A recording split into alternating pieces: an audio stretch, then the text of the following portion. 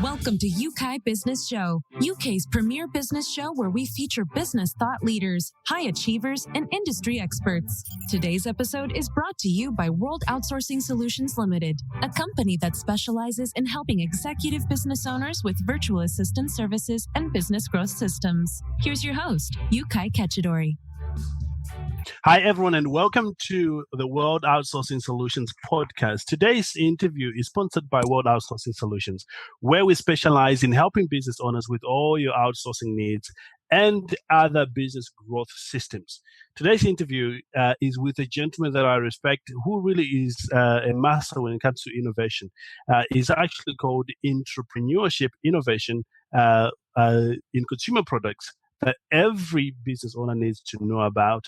And I'm hoping to have a lot of answers today. My name is Yeukai Kechidori, and I'm here with Kush Kapila. Hi, Kush. Hi. And welcome to the show today. Thanks for having me. Awesome. Now, Kush has done something very special, and I'm hoping he's going to be covering that, in our episode today. But what this interview is all about is about how do you take an idea that you conceive and move it through all the development stages up to the point where it's ready for the market to be consumed. Maybe it's a service or a product. And Kush, has done that and has graciously consented to be sharing his extensive knowledge in that process. So once again, thanks for being here, Kush. Thanks for having me again. Awesome. I always like to start asking about your background, when I'm talking to experts like yourself, be it in terms of your education, your experience, in terms of business. So to get us started, tell us a bit about yourself. So I was born and raised in Montreal, and like most people, I think I had a pretty typical upbringing. Went to school. I studied computer science, did my master's in bioinformatics, worked for an imaging company in Montreal, and then decided to move to the States. The US has just a lot of opportunity. Came out here, worked for life science software companies, medical device companies, but I always had a bit of an entrepreneurial itch. Really didn't know how to get started. So I went to business school, just so I always loved business, but I really didn't know much about it. And I chose UCSD here in San Diego, where I live right now, basically because they had a focus on innovation. And so that's kind of my background. Excellent. And after education, did you go into business straight away, or you ventured into working for somebody else before you finally branched out on your own? So it was interesting. So I did the executive program. So I was working full time and studying full time, and throughout the business school, I was trying to think of business ideas. And at the end, I actually came up with what is my current business, Sterling's Mobile. I went to work for another company and tried to push my business along as far as I could, till I couldn't do both at the same time. Right. And I said, okay, well, I'm going to go and give this a go. Yeah, I basically I did my I did work for another company, refining my idea after business school. And about a year after that, I decided to quit my job and do my business full time. Wonderful. Let's talk about the idea that you then brought up to reality. What is the idea in the first place, and how did you go about, bringing it to the market? When I was in business school, looking again, like I mentioned, I wanted to start something. I just didn't know what. One of my professors said, just look at your day-to-day life, like the problems that you have. And if by the time you wake up and brush your teeth, you can come up with a bunch of problems. And one of them for me was, being a busy professional is the process to go and get a haircut service or I always enjoyed getting a haircut at how I felt at the end, but I hated the process of having to drive on the weeknights, weekends, wait in line at some salon, and you don't know who your barber or stylist is a lot of times. And I also saw like this explosion of mobile services here in the US where they do food trucks and pet grooming, mobile dentistry, spray tanning, you name it. And my first thing was naturally to go online and do a Google search. And I saw that there were other people who had tried this idea, but they were basically using a white truck or some vehicle that I didn't really like, Right. and just parking on the side of the street. And I wanted to actually try to create a more scalable business. Right. So what we did was we started Sterling's Mobile, which one, we use an Airstream, and if the viewers don't know that, that's basically it's kind of like a silver looking trailer. Awesome. And inside we outfitted it with three stations. We got 3 sinks, a restroom, a waiting area, AC, heating. But the main thing was that we partnered with Fortune 500 companies to bring our services on site, where the busy professional can go online and book a service for a cut, color, shave, manicure, wax with their favorite barber or stylist. So I think we really solved the problem of, not having to drive because we're coming to the employees. Wonderful. The waiting, they don't have to wait because they're booking online, and they get to read the bios of their favorite barbers and stylists. So, I basically started the business because it was a problem I had. Absolutely. What I really like about what you're sharing there, Kush, really is you had the problem that you wanted to fix, and then you fix it for yourself and scale it to actually help other people. And now, from our previous conversation, you have managed to spread this service, to San Francisco, New York, and there's some other places that you were mentioning as well. Let's talk about the journey to you providing that service. Would you consider yourself an overnight success, or you had to work very hard for it? Definitely not overnight. and I guess success is really relative.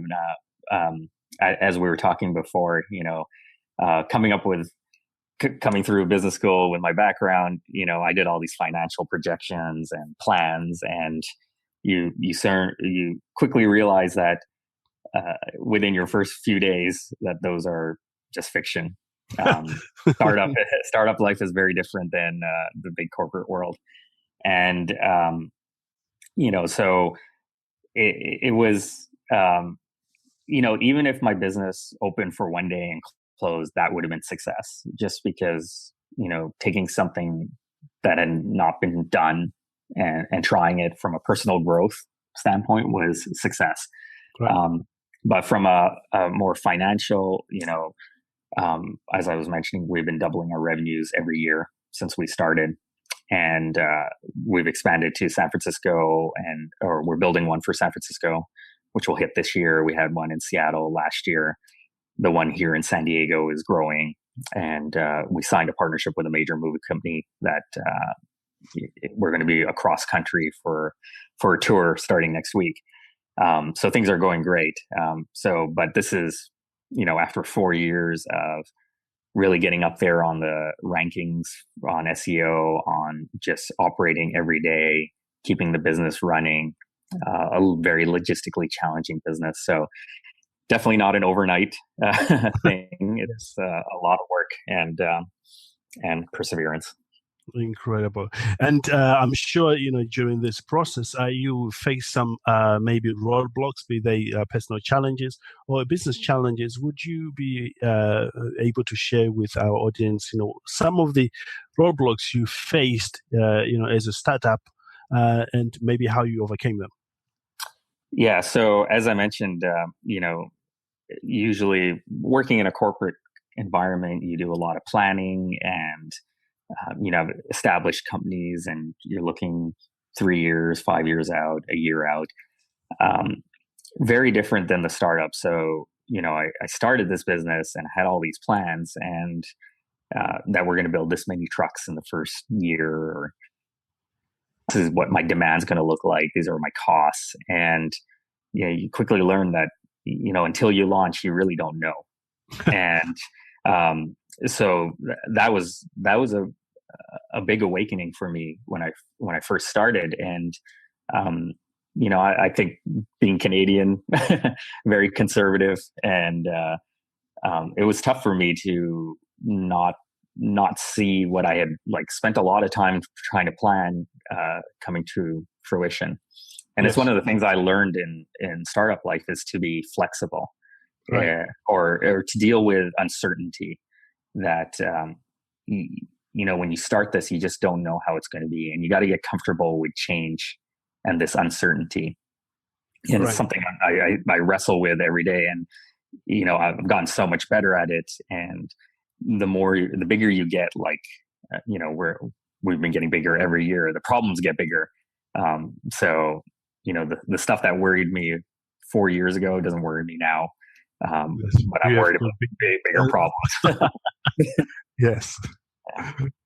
It does sound like a proper startup scenario there.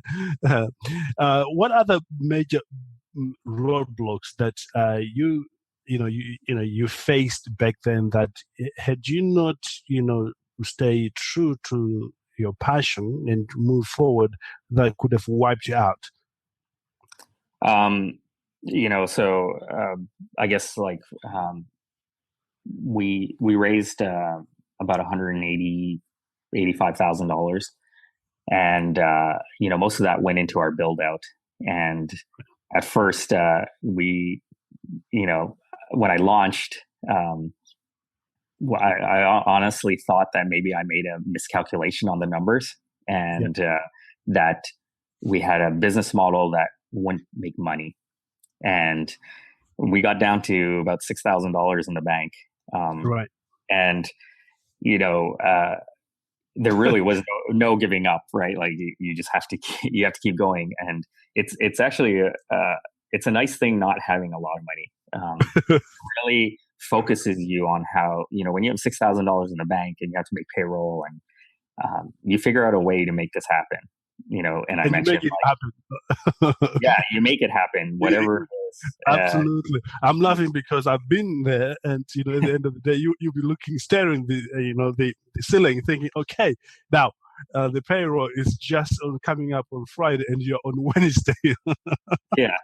And that's something I kind of learned, again, going back to the uncertainty and trying to be comfortable with it. Not that I was at that time, but we're all smart people, and we always figure out a way, whatever it is. And you kind of have that, as you keep going through this, you get this confidence that whatever the issue is, there's going to be something that works out. We had an issue. So I've been working on our first deal. The first deal is always the hardest, and we sold one in Seattle. And so, you think, okay, pop the champagne, this is great. Our first sale, 1 year, and someone's going to buy it in Seattle. And then I realized I have no one to build it.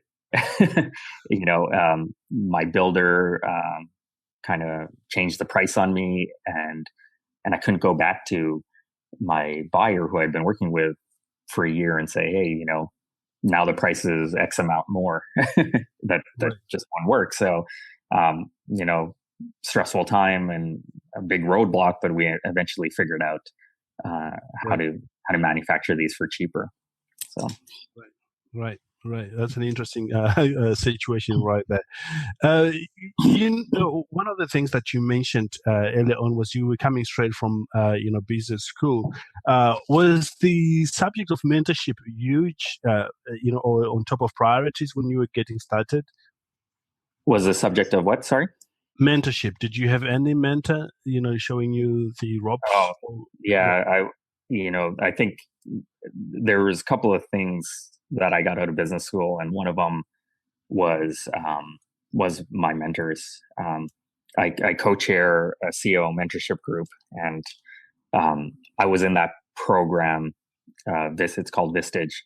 And the chair of that, who I now co-chair with, he's my mentor. And, I honestly, without his guidance, I probably wouldn't have survived this. The mentorship is huge.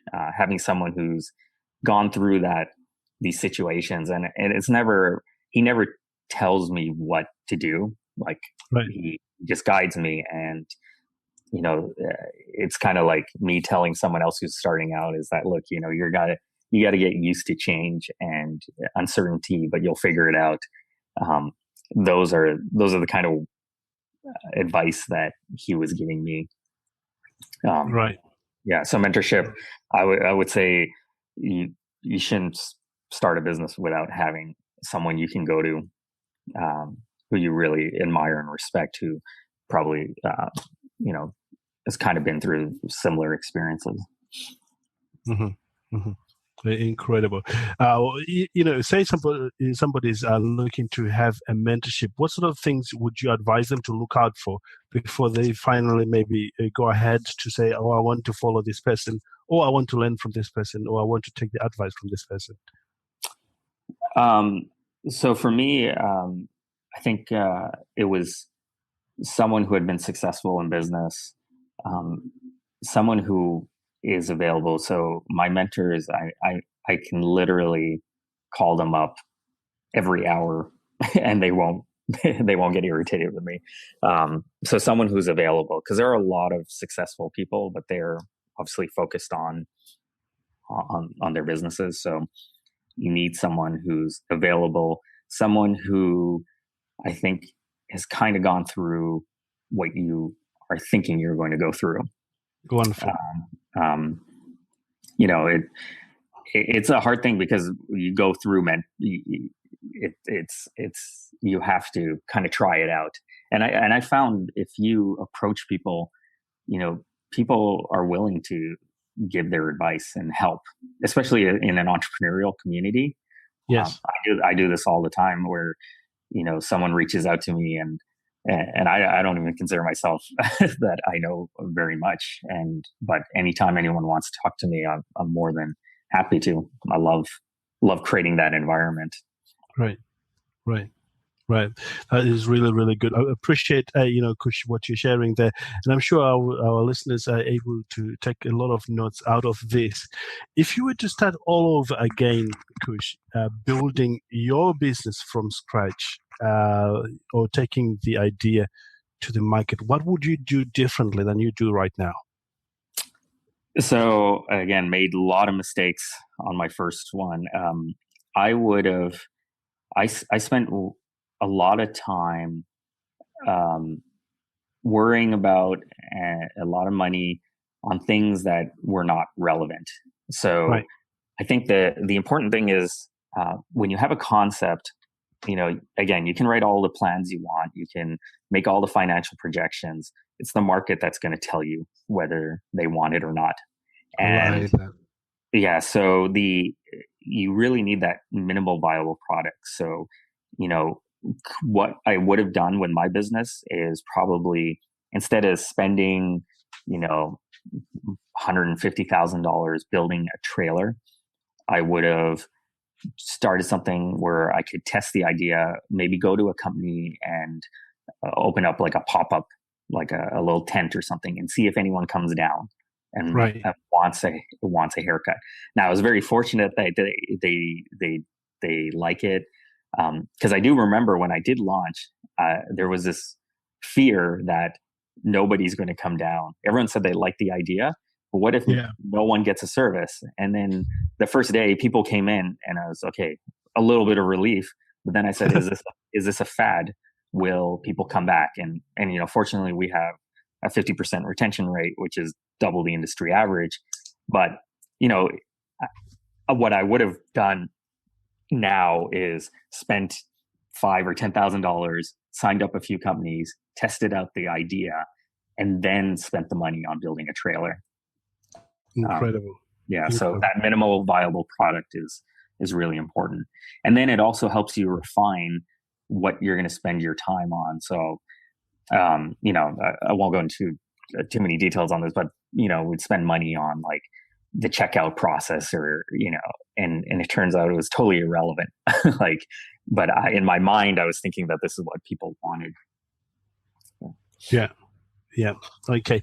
And given that background, what would you do more of, which is working for you right now? I think I was also very fearful of change. And Right. so, even though I knew something had to change in order for this business to work, I'd resist it, or it'd be very hard for me. Now I've gotten much used to,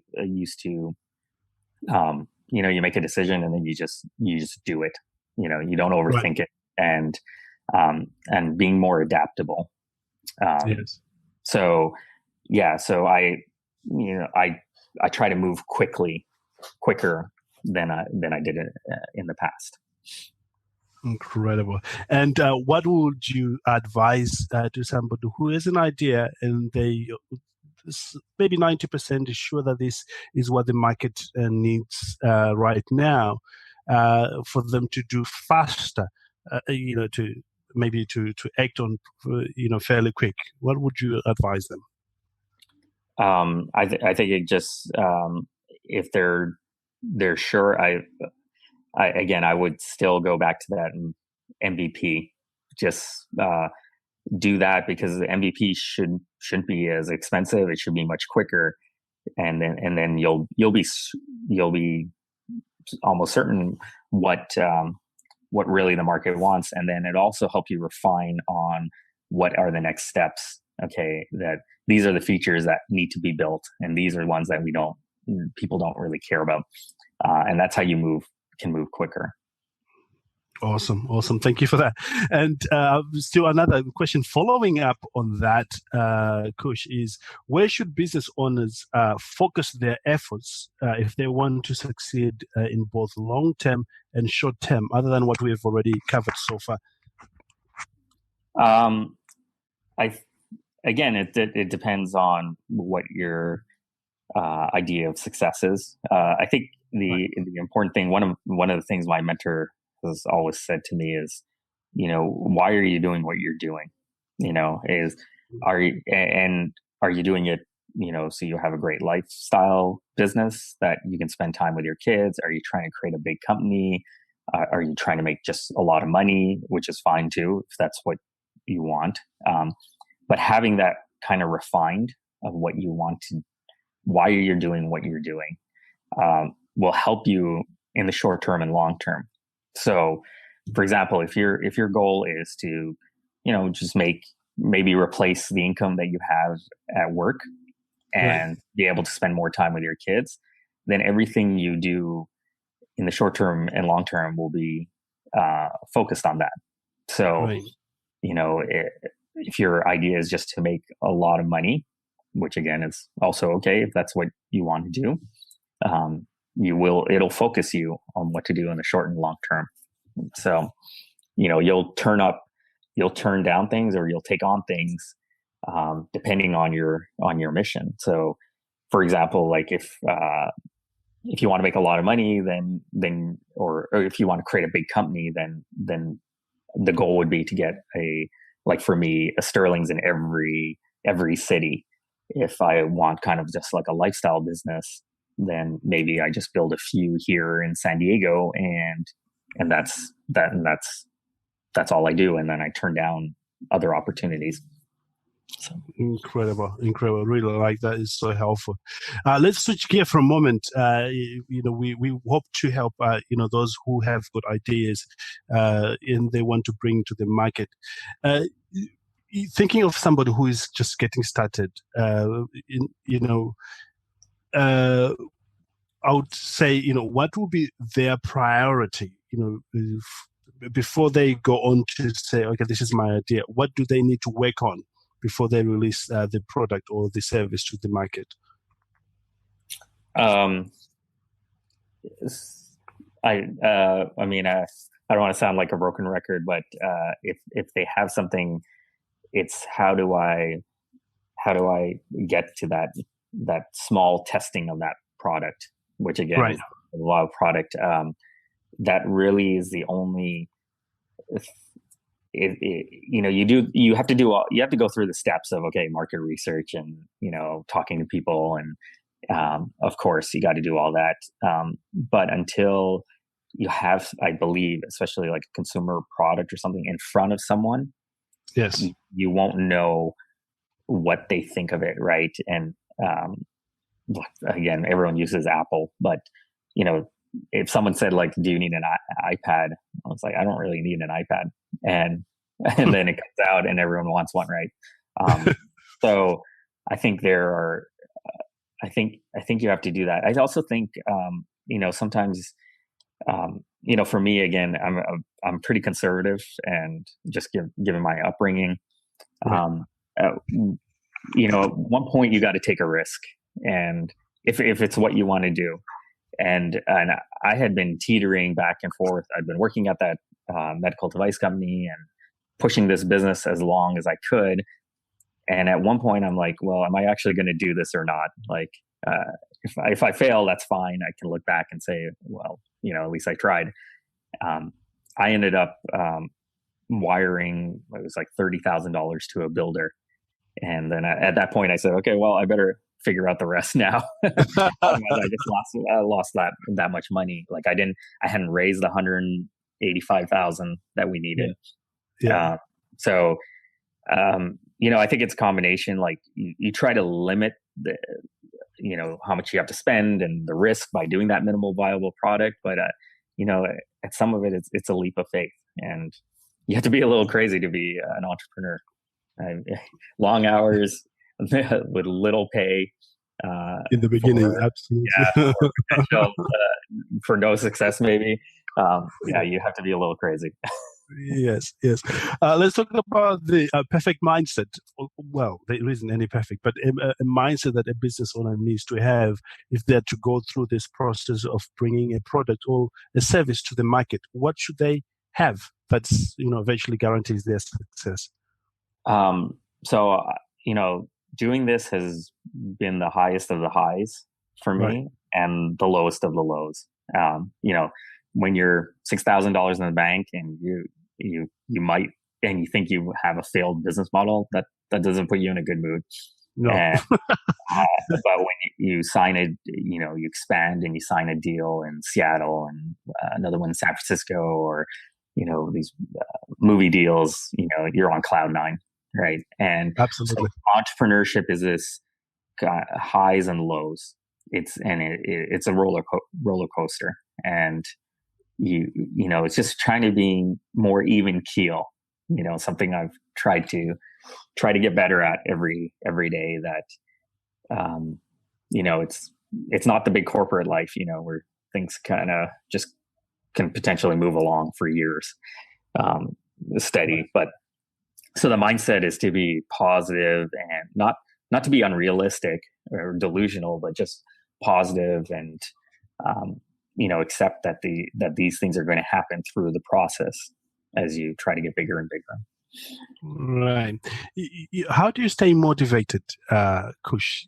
During those down times, during the roller coaster moments, as an entrepreneur, having gone through the initial stage of bringing your product out there.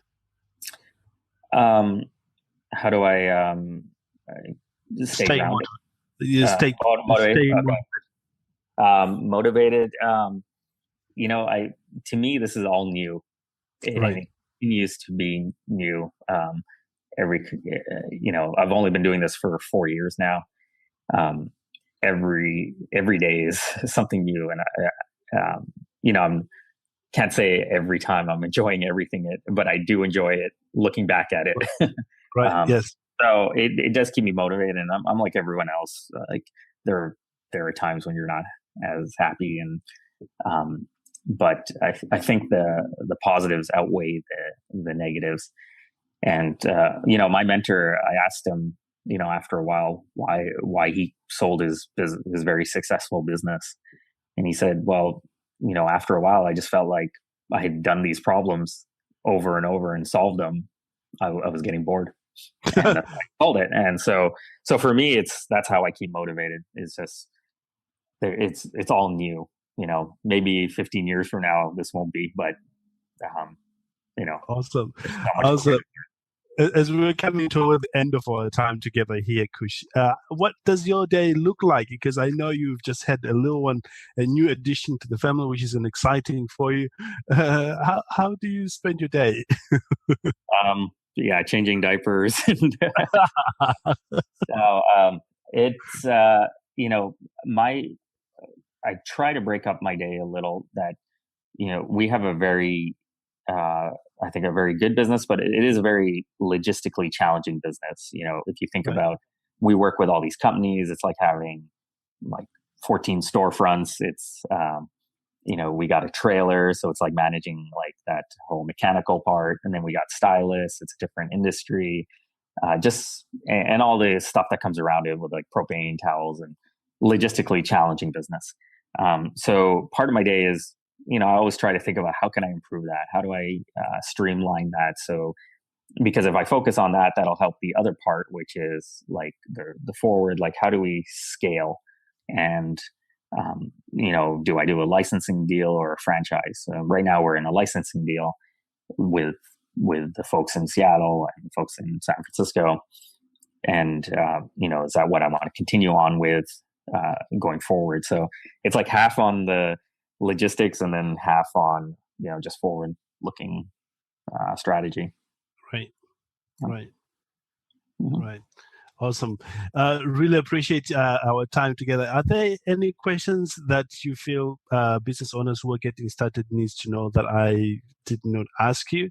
Or, any final thoughts you may have for, to get people moving and maybe get things done if they are feeling down, get motivated again? Yeah, I think a lot of people want to start a business, and Right. for me, the way that got me going is I had a friend actually who passed away from cancer. Actually, today is the 5-year anniversary of that, Wow. and that kind of got me just thinking, that could happen to anyone. Not to be responsible, but okay, so you quit your job, you do it for a year, if it doesn't work, you can always go back and get a job. That's how I looked at it. You can Right. always, as long as you've planned enough and you won't be on the street. I think you just try it, and you might find that it's not for you, or or you might love it. So I just think, just try to live without the regrets of that. Yes. So do the things, like for me, it was like, I rationalized that in my mind. And that's why I, sent that money over to the builder, because I'm like, if I don't, I just won't do it. So, Right. just Right. do anything to kind of get moving and get some momentum, and just try it. You can always go back. It's never the end of the world. Absolutely. Somebody once said to me, in fact, one of the gentlemen I was interviewing here, he's doing extremely well. It turns over 23 million Australian dollars every year. And he said to me, I learned something about failure. And I said, because of his history and what he's doing, I said, okay, what is it that you've learned about failure? He said, nothing happens to you. Yeah. People will forget. Men will forgive you, and you have a new day to start, and you keep on going. So don't worry about failure. Fail forward, and you keep on going. That has stayed with me, and has been an inspiration to me to reach out and do something new. That's I'm not sure how it is in England, but here it's actually, when I started and we weren't doing well and the bank account's so low, I in my mind I was like, oh, people must think I'm an idiot. I go and I study, computer science, and I do business school, and then I go and start a mobile salon. They must think I'm like, what's wrong with this nut job? And but it's the exact opposite. I think people admire people who go out and try something, and entrepreneurship. So it's and you shouldn't worry about what other people think, but I think it is something that is respected. So to just go and try it. Absolutely. You know, other people are thinking about them. Mm-hmm. Yes. Kush, I know you're working on something very important. Can you share with our audience what you do and how they can get in touch? So, we're now, I think, in the scaling phase. So we're, we get inquiries every day all across the globe, all across the US, Canada, Mexico, Dubai, you name it. People who want to have our mobile salon and barbershop in their city. So if they go to our website, sterlingsmobile.com, there's a link where you can reach out to me and our company, and we basically sell the Airstream, our consulting knowledge, and our booking system to you to get you up and running. So these 4 years of trial and error, you'll start 4 years ahead. Absolutely. Thank you, Kush Kapila, for a great interview. I'm sure our business owners in the audience have learned a great deal. Thank you so much for having me. It's incredible. And I would like to invite you to go to this website for Kush, sellingmobile.com. And you can send us support at World Outsourcing Solutions. Should you not be able to get in touch with Kush. Awesome. Okay, thanks Kush for being here with us and the team. Thanks, Yeukai. Have a great day. Awesome. I hope to see you in the next episode. Everyone here in our audience. Thank you for listening to Yeukai Business Show. We will be back to bring you more episodes with success stories and advice straight from the experts. Want more? Check out www.yeukai.businessshow.com. Get your free trial of our virtual assistant service today. Just visit www.worldoutsourcingsolutions.com. Quote WOS18 or send us an email at support@worldoutsourcingsolutions.com.